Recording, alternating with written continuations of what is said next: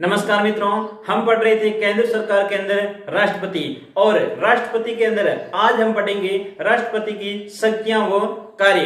तो आइए मित्रों, आज की क्लास स्टार्ट करते हैं। ऊपर हेडिंग लगा लीजिए, राष्ट्रपति की शक्तियां व कार्य।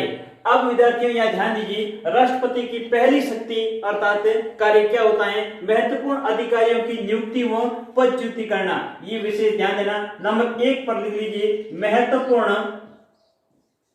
महत्वपूर्ण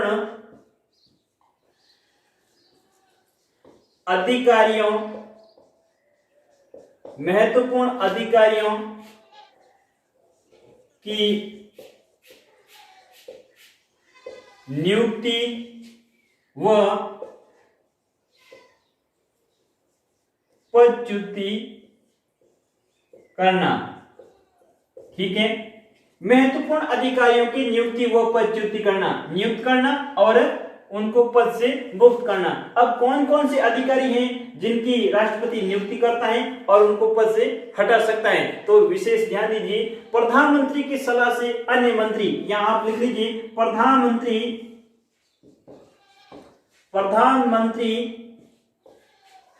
की सलाह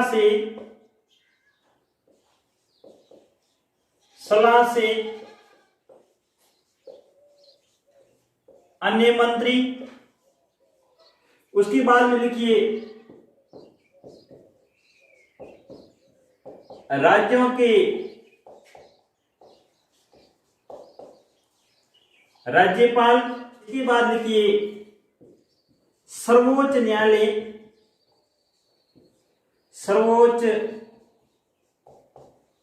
न्यायालय व उच्च न्यायालयों के न्यायाधीश। ठीक है, सर्वोच्च न्यायालय व उच्च न्यायालयों के न्यायाधीश। इसके बाद आप लिखिए महालेखा परीक्षक। इसके बाद लिखिए यूपीएससी का अध्यक्ष व सदस्य। ठीक है, यूपीएससी यानी संघ लोक सेवा आयोग। संघ लोक सेवा के अध्यक्ष की नियुक्ति कौन करता है? राष्ट्रपति। और सदस्यों की भी नियुक्ति राष्ट्रपति करता है। इसका भी आप विशेष ध्यान देना। और इसके बाद में विदेशों में राजदूत, एक और लिख लीजिए विदेशों में राजदूत। ठीक है, तो इनकी नियुक्ति व पदच्युति कौन करता है? राष्ट्रपति। ठीक है, प्रधानमंत्री की सलाह से अन्य मंत्री, राज्यों के राज्यपाल, सर्वोच्च न्यायालय व उच्च न्यायालयों के न्यायाधीश, महालेखा परीक्षक, यूपीएससी का अध्यक्ष व सदस्य, विदेशों में राजदूत। तो इनकी नियुक्ति कौन करता है? राष्ट्रपति करता है। अगला 2 नंबर पर आप लिख लीजिए समस्त सेनाओं का प्रधान सेनापति होता है। आप क्या लिख लीजिए समस्त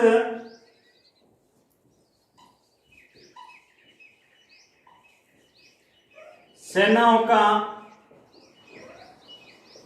प्रधान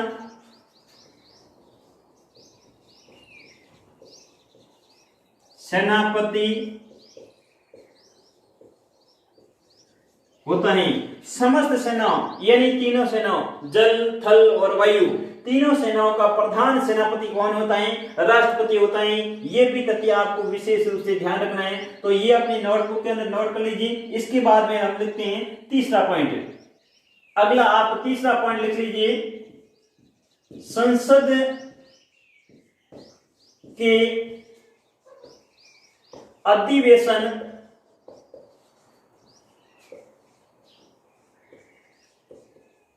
बुलाना तथा अधिवेशन समाप्ति की घोषणा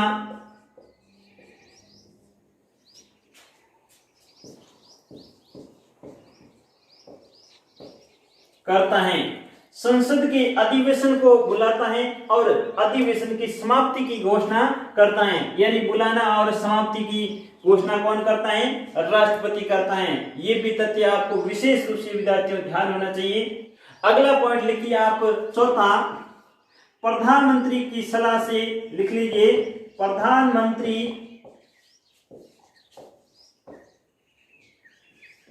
की सिफारिश पर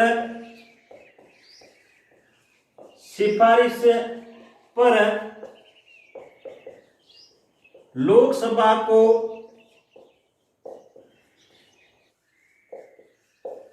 उसके निश्चित काल से पूर्व भंग कर सकता है। यानी राष्ट्रपति के पास में ये पावर है कि प्रधानमंत्री की सिफारिश पर, ये विशेष ध्यान देना, प्रधानमंत्री की सिफारिश पर लोकसभा को उसके निश्चित काल से पूर्व भंग कर सकता है। ये विशेष रूप से ध्यान देना। यानी निश्चित काल होता है 5 वर्ष, 5 वर्ष से पहले भी लोकसभा को भंग कर सकता है। राष्ट्रपति के पास में ये पावर है। वो कैसे करेगा पावर का यूज? प्रधानमंत्री की सिफारिश पर। ये विशेष रूप से ध्यान देना। और अब तक ऐसा 9 बार हो चुका है, तो यहां आप लिख लीजिए अब तक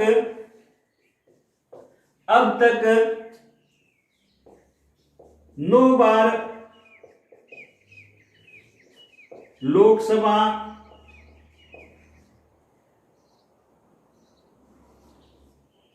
समय से पूर्व भंग की जा चुकी हैं। ठीक है, ये भी विशेष रूप से ध्यान देना। अब तक 9 बार लोकसभा को समय से पूर्व भंग किया जा चुका है। इसका भी विद्यार्थियों आप विशेष रूप से ध्यान देना। और आप 5वां लिख लीजिए, सदस्यों को अर्थात संसद के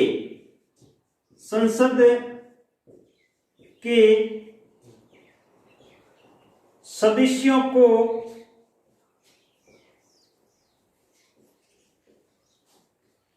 मनोनीत करता है। संसद के सदस्यों को मनोनीत करता है, ये विशेष रूप से ध्यान देना। लोकसभा और राज्यसभा दोनों के अंदर राष्ट्रपति के द्वारा सदस्य मनोनीत किए जाते हैं। लोकसभा के अंदर कितने सदस्य होते हैं राष्ट्रपति के द्वारा मनोनीत? 2 सदस्य। ठीक है, 2 सदस्य। और राज्यसभा के अंदर ये 12 सदस्य मनोनीत करता है। अब विद्यार्थियों यहाँ ध्यान दीजिए, ये 2 सदस्य कौन होंगे? आंग्ल भारतीय अर्थात एंग्लो इंडियन। ठीक है, और ये 12 सदस्य कौन होंगे? जो कि कला, साहित्य, विज्ञान, खेल, समाज सेवा आदि के अंदर विशेष योग्यता रखते हो, ऐसे व्यक्तियों को वो राज्यसभा के अंदर मनोनीत कर सकता है। यानी कुल कितने हो गए? 14 सदस्य संसद के अंदर मनोनीत करता है राष्ट्रपति। ये भी आप विशेष रूप से ध्यान देना और ये अपनी नोटबुक के अंदर नोट कर लीजिए। इसके बाद अगला पॉइंट लिखते हैं। अगला 6 नंबर आप लिख लीजिए, अध्यादेश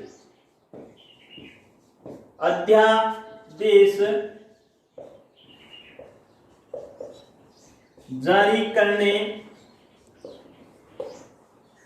की शक्ति।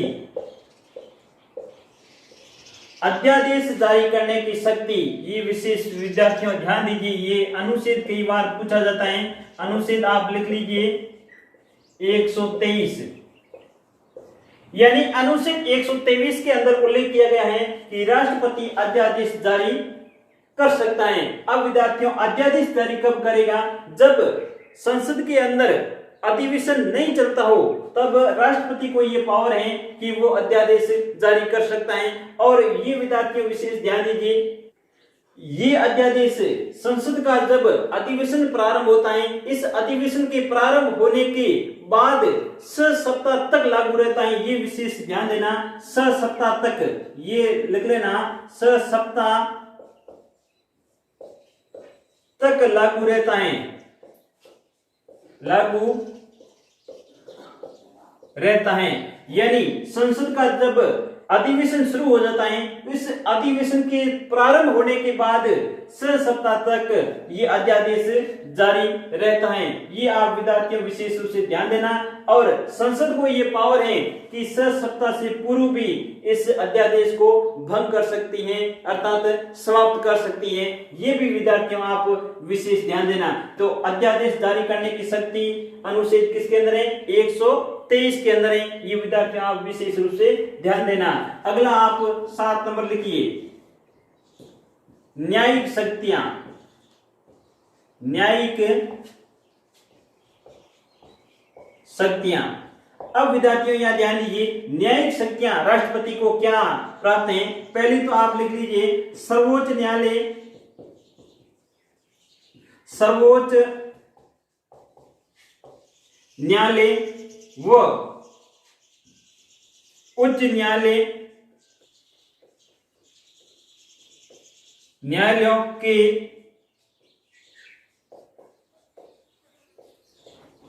न्यायाधीशों की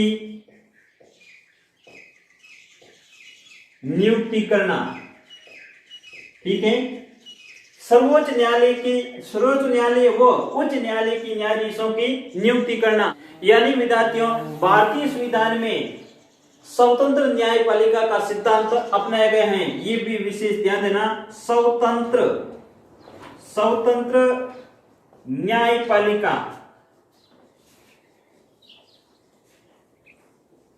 का सिद्धांत,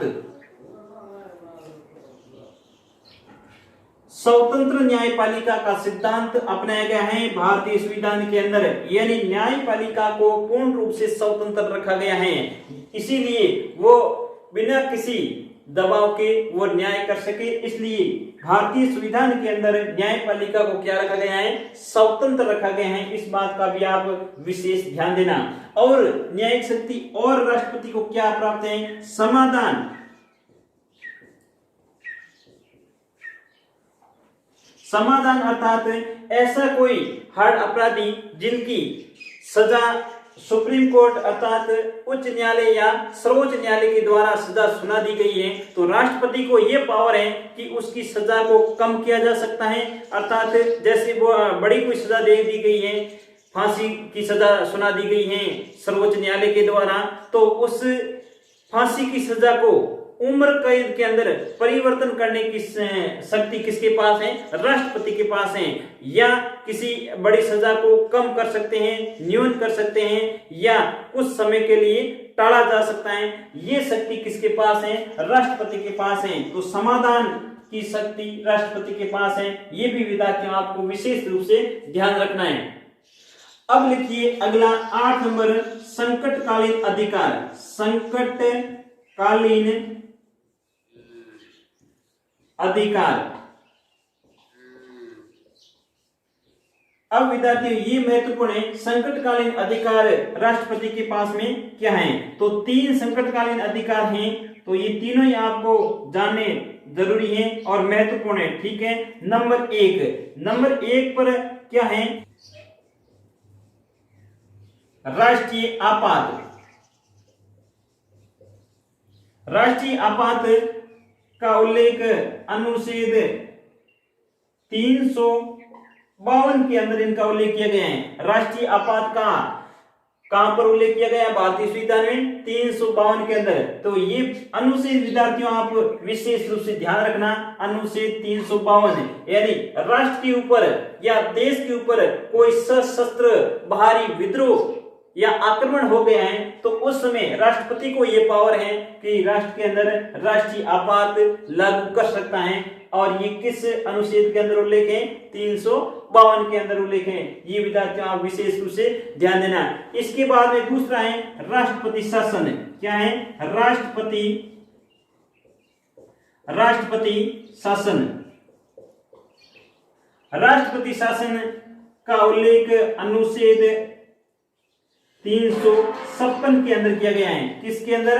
356 के अंदर किया गया है। राष्ट्रपति शासन कहाँ लागू होता है?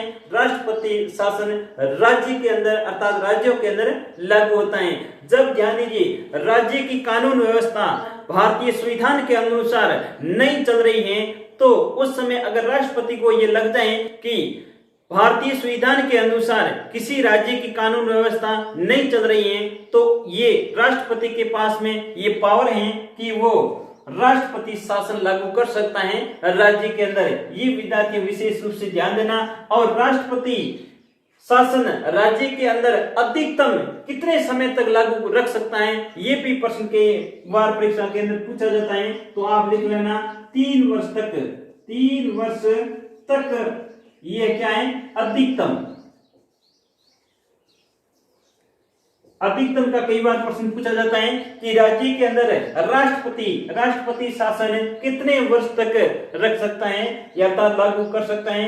तो ध्यान दीजिए 3 वर्ष तक राष्ट्रपति शासन लागू रह सकता है। तीसरा है वित्तीय संकट। यहां लिख लीजिए वित्तीय संकट। इनका उल्लेख अनुच्छेद 360 में किया गया है। किसमें? अनुच्छेद 360 के अंदर उल्लेख किया गया है कि वित्तीय संकट लागू कर सकता है राष्ट्रपति। ये राष्ट्रपति को पावर है कि राष्ट्रपति को अगर लग जाए कि वित्तीय संकट देश के ऊपर आ गए हैं अर्थात वित्तीय साख खतरे में है तो राष्ट्रपति को ये पावर है कि देश के अंदर वित्तीय आपात की स्थिति लागू कर सकता है। तो ये विद्यार्थियों राष्ट्रपति की महत्वपूर्ण शक्तियां 8 शक्तियों के बारे में आपको विशेष जानकारी होनी चाहिए। आज का वीडियो आपको मुझे पूरी उम्मीद है कि आपको समझ में आ गया होगा। अगर आज की क्लास आपको अच्छी लगी है तो ये वीडियो अधिक से अधिक विद्यार्थियों के साथ शेयर करें ताकि इस निःशुल्क ऑनलाइन क्लास का सभी विद्यार्थी फायदा उठा सके और हमें भी मोटिवेशन मिलता रहे। अगर कोई विद्यार्थियों आपकी कोई समस्या है तो नीचे कमेंट बॉक्स में अपनी समस्या जरूर लिखें ताकि उसका समाधान भी जल्द कर दिया जाएगा। अब मिलते हैं हम अगले वीडियो के अंदर। तब तक मित्रों धन्यवाद, नमस्कार। सब्सक्राइब करें हमारा YouTube चैनल, बेल आइकन को क्लिक करना ना भूलें जिससे आगे आने वाले सभी YouTube अपडेट्स, वीडियोस, नोटिफिकेशंस आपको मिलते रहें।